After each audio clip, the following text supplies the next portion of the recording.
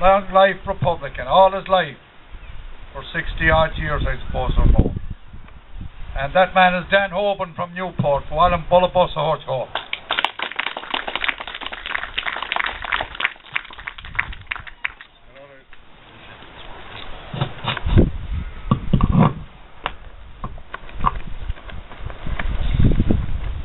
Here look, Publitani Yeli is a Guinea Ushla Kunde na Galway. She more and honor a Thorum Savan Sean you. Con almost a hort. Thus na ferris na manaw, a four bosh, triok na blina, son na hearn. Nika hokt blin, in ye, Iri, a magna koske, nidja is a shedja. Friends, fellow Republicans, people of Galway, I feel very honoured as a Mayo man to be here today to address you on behalf of the Republican movement in which we are gathered to pay our respects to the men who are buried in this plot and to all who died in the fight for Irish freedom throughout the ages. We have just to look to my left here to see the proud roll of honour and the sacrifice that has been made throughout every struggle for Irish freedom by the people of Galway. We must never forget the sacrifices that those men and their families suffered down through the years. And in this particular time where maybe there's a lull in what's happening in Republican circles, the proud people of Galway, Mayo and every county in Ireland is working hard to re-establish the Republican movement as it once stood. We have suffered a blow throughout the year with the loss of a man who was here every year, Rory O'Brady, who led us by example down through the years. But he has left us a legacy, and a proud legacy, that the youth of Ireland can always stand up and examine and turn around and say, we will follow the path where he led. Lots of things have happened over the last few years, and none more so than the sellout by former comrades of ours. I wouldn't turn on my television set 1 week ago because I lay in a cell in Portlaoise, 3 doors away from the First Minister in Northern Ireland, one Martin McGuinness.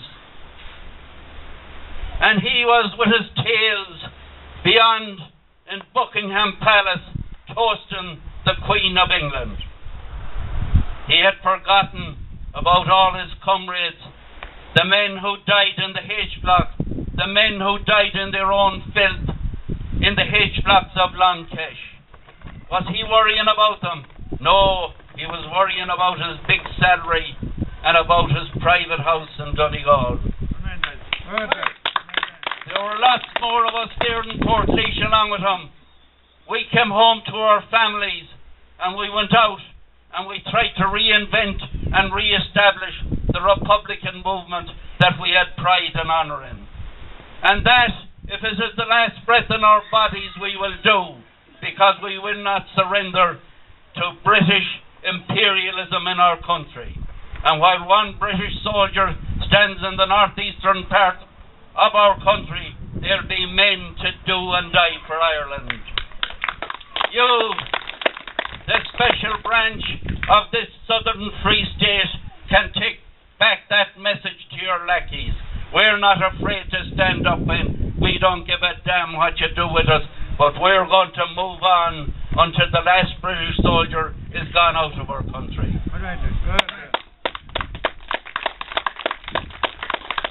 Not alone did our people stand up and fight the Black and Tans, but then in 1922 we had the Treaty of Surrender.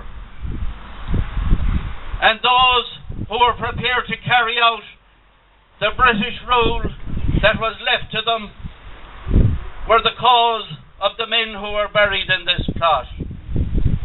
Let us not forget the men who were taken out in the workhouse in Tuam and shot at point blank range, the men who were shot in Athlone, and all those people, the men who were tied to the mine in Ballyseedy in Kerry and blown to pieces by that mine, and one man lived on to tell the tale about the men who done it. We have Irish men who carried out the work of Britain for years and are still carrying it out.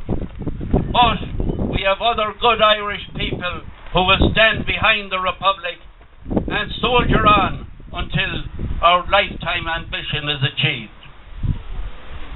Then we had all those people who during the 1920s suffered on when these men were executed, and the cream of our crop, when all that struggle was over, had to turn round and take the ship and face off to America. And there were the people who in the subsequent campaigns carried out by the Irish Republican Army backed us up with the funds that came from America. From far off distant shores, these people reorganised the Irish people and sent home the help that was required to carry on the struggle. We had the notorious, we're not going to distinguish between the Cumann Gael government of 1922, or we're not going to distinguish between them and the De Valera government of 1940, because they all carried out the same atrocities. We have one man buried in this grave, Tony Darcy of Headford, who died on hunger strike at the hands of Eamon De Valera. And I am proud to say, as a Mayo man, when Tony Darcy was dying and he was drawing his last breath, there was a Mayo man in the bed across from him in Arbor Hill, Sean McNeila.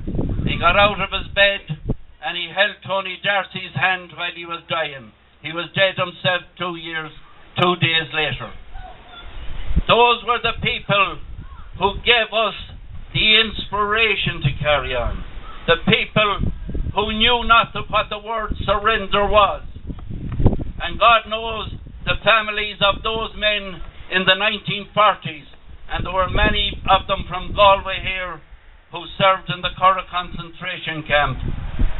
And those people came out when De Valera thought that he had the IRA broken. He was the nearest man that ever went to breaking it, but break it he did not, because those men came out and they worked in the turf gangs in the Phoenix Park, and they worked in the bogs of Kildare at that time, and they re-established the IRA, and they left us the torch to carry on. Those people were not defeated, and those were a great generation of Irishmen, the people of the 1940s. Then we had the 50s campaign, and during that 50s campaign we had a lot of the 40s people with us. And when I was arrested in 1957, there was a man whose daughter laid a wreath here today, finished up in the same cell as me in Castlebar, a man called Bart Gormley. And we were taken to the Curragh concentration camp. And that man lost his job as a post office clerk, but for 35 years he fought them on, and he was re-established as the postmaster in my hometown of Castlebar. And to hell with the big Rogers. Bart Gormley was a good true Republican that did what we all done and followed that cause right up until he died 6 months ago. And my appeal to the people of Galway here today is not to be taken aback by what these people have done. We have a long road ahead of us and we have a hard job to do. But do it we will. And look at, we're not going to be taking any notice of what Inda Kenny or Martin McGuinness or Jerry Adams are going to say. They're all telling you the war is over. Go back to your homes. Forget it. The Queen is coming to Ireland and we're going to make her welcome. Prince Charles is going to come for 1960.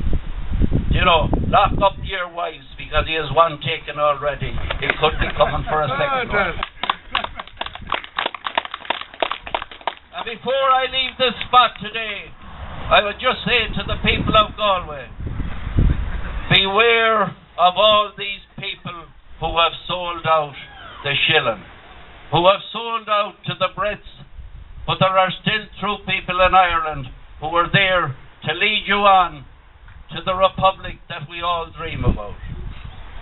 And finally, I'll just say to you, Gonyeni Gia Trokara, Aranam Namarov, is our the side jury for Bosch or Sulla here on Public the Bow, Goramila Mai.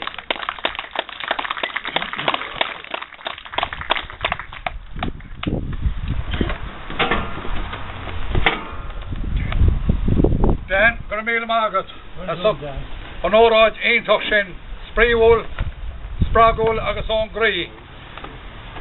Yakan Chamoran, Upsala Ron Ishach, when you know my freshen. Lower between the Dina, nach Willen Charlin and Leona Aviachlin, Agone. I'd like to just mention the people who left us in the past year. In our own county here, we had 3. We had last summer, Jorhode. He's buried over there in the cemetery. A Republican, since I got to know him over 30 odd years ago. And a sad loss to the Republican movement. From your own Carlos Strand here, probably one of the most Republican parts in Ireland, are on par with the best. Also, in January, we had another stalwart who was here for years selling papers and lilies, and indeed who was pulled in Ayr Square and brought to the courts by the Free State administration, and fair enough, he won his case inside the courthouse in Galway, that the papers he was selling was not for profit for himself, and indeed it wasn't, because he was a voluntary worker of Sinn Féin, Republican Sinn Féin. I'm talking about Sean Ridge, originally from Derrahide and Newcastle and Galway. We also had, as Dan says, Bart Gormley, who died a couple of months ago as well. A sad loss, but a lifetime Republican. And some years ago, Bart took sick, but that didn't stop him, because he had a great family. And they're represented here today. Carolina's daughter laid one of the reeds. And they brought him everywhere, even though he was in a wheelchair. And he was true to all his Republican comrades and to the cause of Irish freedom right through to his death. The murdered 3 people. I'd also like to mention as well a great woman from this area, from Carlos Strand, who looked after the Republicans all her life as well, and is buried down here at the back. Mary Morden looked after Republicans right down through the years, and she's buried here. She was always make the reeds and lay on the tea, and the Republicans were always welcome in her house. I'd like to mention her as well, and thank her for the contribution herself and her family. And Bertie, her husband, is here with us all the time, made down through the years. Last but not least, I'd like to mention our leader that we lost, Rory O'Brady, last June. A huge loss. A man that I personally find it very hard up to the present day to come to terms with that he's dead. I suppose we expected him to be there. If you went to Roscommon, he was there. If you went to God only knows, he was there. And as Dan said, he was here on many occasions, and he spoke here also. But Rory was the rock, and he was for years and years and all his life in my time, the face of this movement. I couldn't leave that apart without mentioning another great stalwart in Bundoran and Donegal, Joe O'Neill. Joe, like, if you were of any kind of a understanding or misunderstanding, when you met with these people, they made certain that you knew what you were about.